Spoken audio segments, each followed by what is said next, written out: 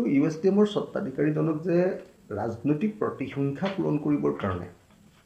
তেওঁক মুছলমান হিচাপে তেওঁক ধাক্কা দিবৰ কাৰণে আৰু মই যিমান দূৰ জানো যে হিমন্ত বিশ্ব শৰ্মাৰ পৰিয়ালে এই মহবুবুল হকৰ এই USDMখনৰ কাষতে এখন মেডিকেল কলেজ খুলিবলৈ লৈছিল এতিয়া মহবুবুল হকে তাত এখন মেডিকেল কলেজ খুলি দিলে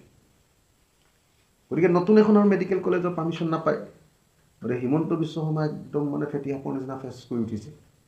মোৰ বিজনেছৰ হাত দিছা গতিকে কি মানুহজনক বলি পঠা সজাই এনেকৈ জেললৈ পঠিয়াই আছে মানে মই ভাবোঁ যে মেঘালয়ৰ মুখ্যমন্ত্ৰীৰ যিটো বক্তব্য মেঘালয়ৰ মুখ্যমন্ত্ৰীটো কৈছে যে USDMতো ক'তো কোনো গণ্ডগোল নাই বুলি কৈ দিছে তো যি নেডাৰ আহ্বায়ক আমাৰ হিমন্ত বিশ্ব শৰ্মা সেই নেডাৰ এজন প্ৰধান নেতা মেঘালয়ৰ মুখ্যমন্ত্ৰীয়ে আজি হিমন্ত বিশ্ব শৰ্মাৰ বিৰুদ্ধে বক্তব্য দাঙি ধৰিছে